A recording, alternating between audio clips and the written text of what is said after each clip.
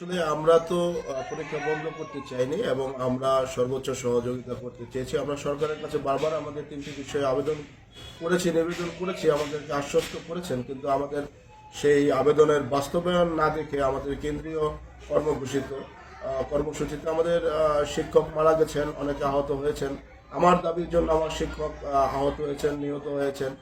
তাদের রক্তের সাথে আমরা আসলে বেইমানি করতে পারি না। এবং আমার নিজের দাবিটা আমাদের খুবই যৌক্তিক এবং সরকারের শুভবুদ্ধির উদয় হবে। আমরা কোমলমতি শিক্ষার্থীদেরকে জিম্মি করে কোনো কিছুই আসলে করতে চাই না। আমরা শিক্ষার্থীদের সাথে আছি। শিক্ষার্থীদের ক্ষতিপূরণের জন্য আমরা প্রয়োজনে বন্ধের দিনগুলোতে আমরা পরীক্ষা নিব, ক্লাস নিব, আমাদের সেক্ষেত্রে আমাদের কোনো আপত্তি থাকবে না।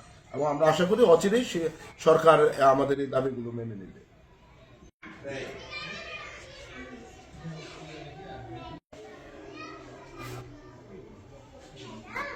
বাচ্চাদের বার্ষিক পরীক্ষা ছিল, তো এখানে স্যারের একটা ধর্মঘটের কারণে তারা কি ক্লাসে নিয়মিত পরীক্ষাটা লিখতে পারছে না। তাই আমরা অভিভাবকরাই এখানে আসছি যে পরীক্ষাটা একটু ছেলেমেয়েরা যে দিতে পারে এজন্য। আর তারা যেই আন্দোলন করছে আসলে এটা যৌক্তিক, যদি যৌক্তিক হয় এটা এখন সমাধানের আশাই আমরা আশা করছি যে খুব দ্রুত সমাধানে আসে। নাম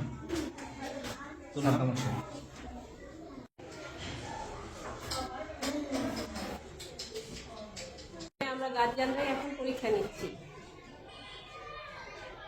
পরীক্ষা না এখনকার যে পড়াশোনা, আমাদের এই পড়াশোনাটা রিস্ট্রিক্টটা থাকবে না, তার কারণে আমরা নিজেরাই এখন পরীক্ষা নিচ্ছি। কি চান সরকারের?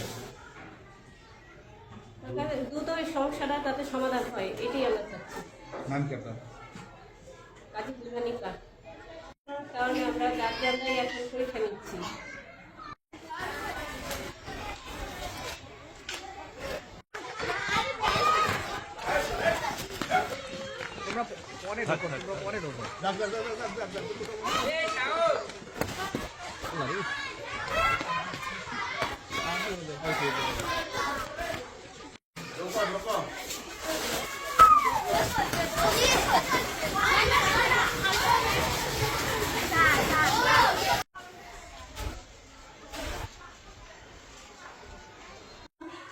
এটা ফাইনাল পরীক্ষা বার্ষিক আমাদের বাচ্চাদের পরীক্ষা নষ্ট হয়ে জন্য আমরা চাইছি যে আমরাই আমাদের পাশে থাকি, আমরাই আমাদের বাচ্চাদের পরীক্ষা নিয়ে আমাদের ক্ষতি না হয়, বার্ষিক পরীক্ষাটা যাতে হয়ে যায় এই জন্য আমরা ওদেরকে নিয়ে পরীক্ষা দেওয়ার জন্য প্রস্তুতি করছি। আপনার নাম কি? আমার নাম সালমান।